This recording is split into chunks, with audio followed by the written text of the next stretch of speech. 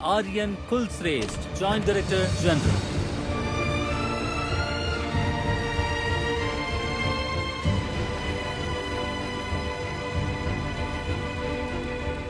Professor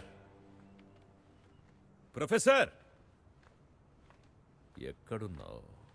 ఓ cup tea అన్న ఇస్తావా professor? Tea సంగతి పక్కన పెట్టు. నీకు అసలు వాళ్ళ భోజనం కూడా పెట్టకూడదు. ఏం నువ్వు ఇచ్చిన రిపోర్ట్?